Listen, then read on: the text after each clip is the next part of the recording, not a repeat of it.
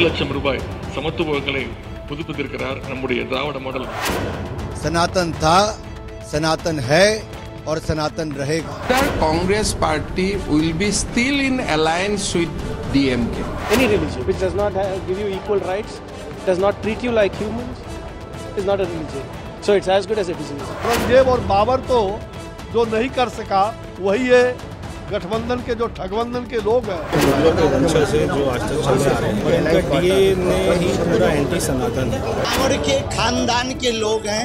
क्यों नहीं राहुल जी बोलते, क्यों नहीं खड़गे बोलते कि सनातन धर्म के बारे में आपकी सोच क्या है? सर्वधर्म समभावना इज द कांग्रेस आइडियोलॉजी.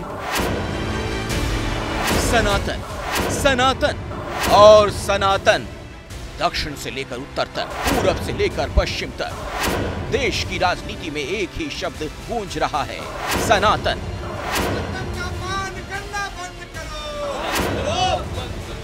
इस गूंज का असर देखिए कि दिल्ली से लेकर पटना तक विरोध प्रदर्शन भी हुए. पटना में बीजेपी दफ्तर के सामने बीजेपी कार्यकर्ताओं ने प्रोटेस्ट किया और तमिलनाडु के सीएम के बेटे उदयनिधि स्टालिन के पोस्टर जलाए. वहीं दिल्ली में बीजेपी नेताओं ने तमिलनाडु भवन पहुंचकर उदयनिधि के खिलाफ रेजिडेंट कमिश्नर को ज्ञापन सौंपा.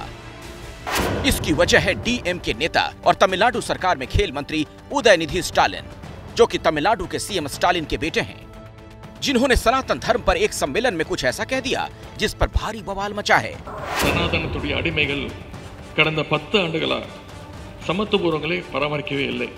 நம்முடைய ஆட்சி அமைந்த இந்த 2 ஆண்டுகள்ல சமத்துவபூர்வங்கள் பராமரிப்புக்கு ஒரு வீட்டிற்கு 50,000 ரூபாய் நிதி ஒதுக்கி அதேபோல் புதுப்பிக்கிறதுக்கு 1,00,000 ரூபாய் சமத்துவங்களை புதுப்பித்திருக்கிறார் நம்முடைய திராவிட மாடல். आखिर स्टालिन के बेटे ने ऐसा विवादित बयान क्यों दे दिया, ये हम आगे बताएंगे. लेकिन उनके बयान ने राजनीतिक तपिश बढ़ा दी. वो इसलिए क्योंकि डीएमके इंडिया गठबंधन की एक प्रमुख पार्टी है. इंडिया गठबंधन में कुल मिलाकर 28 दल शामिल हैं. इंडिया गठबंधन 2024 के चुनाव के लिए पीएम मोदी और बीजेपी के खिलाफ गोलबंदी कर रहा है.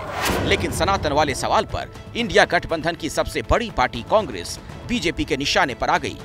सनातन धर्म को यानी हिंदू धर्म को प्रतियोगिता की तरफ गाली देने में, कोसने में, अपमानित करने में जैसे मानो एक कंपटीशन शुरू हो गया है.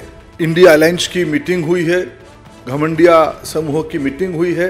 नीति उन्होंने तय किया सनातन को नीचा करना. इस तरह सनातन पर स्टालिन के बेटे का बयान इंडिया गठबंधन के गले की फांस बनता जा रहा है. हालांकि उदयनिधि स्टालिन ने अपने बयान पर सफाई भी दी. कहा, मैंने कभी भी उन लोगों को मिटाने की बात नहीं की जो सनातन धर्म को मानते हैं. सनातन धर्म एक सिद्धांत है जो जाति और धर्म के नाम पर लोगों को बांटता है. तो सफाई भी ऐसी जिसने और आग लगाई. तो क्या स्टालिन के बेटे का बयान डीएमके के किसी गेम प्लान का हिस्सा है? उदयनिधि स्टालिन के दादा करुणानिधि ने भी किसी दौर में पेरियार की ही लाइन पकड़ी थी और तमिलनाडु में डीएमके की जड़ें जमा दी. इसकी एक बड़ी वजह है कि तमिलनाडु का जातीय समीकरण. तमिलनाडु में भले ही 88% हिंदू आबादी है, लेकिन उनमें भी ओबीसी 68%, एससी 20%, एसटी 1% और अपर कास्ट 10.70%. तमिलनाडु इकलौता राज्य है जहां 69% आरक्षण लागू है. लेकिन उदयनिधि के बयान ने इंडिया गठबंधन के उन दलों को असहज कर दिया जिनकी सियासी जमीन हिंदी बेल्ट में है. वो सब बीजेपी के निशाने पर आ गए. सत्ता आपको चाहिए, मगर किस कीमत पर सत्ता चाहिए? 2 दिन से आप इस देश की संस्कृति का, इस देश के इतिहास का, सनातन धर्म का अपमान कर रहे हैं. इंडिया अलायंस के 2 प्रमुख दल वो कह रहे हैं सनातन धर्म को समाप्त कर देना चाहिए. उदयनिधि स्टालिन जब 3 दिन पहले मुंबई में बैठकर ये गलबाइयां करके अपनी रणनीति तैयार कर रहे थे, क्या इंडिया अलायंस का, क्या घमंडिया गठबंधन का ये सोचा समझा राजनीतिक रणनीति है क्या कि सनातन धर्म को समाप्त करो? बीजेपी के हमलों का असर देखिए कि बयान उदयनिधि स्टालिन ने दिया और सफाई बाकी दलों को देनी पड़ी. एक्चुअली हमारा व्यू वेरी क्लियर है. सर्व धर्म भावना, समभावना. सर्वधर्म समभावना इज द कांग्रेस आइडियोलॉजी। आम आदमी पार्टी का मत है, आम आदमी पार्टी का यकीन और भरोसा है।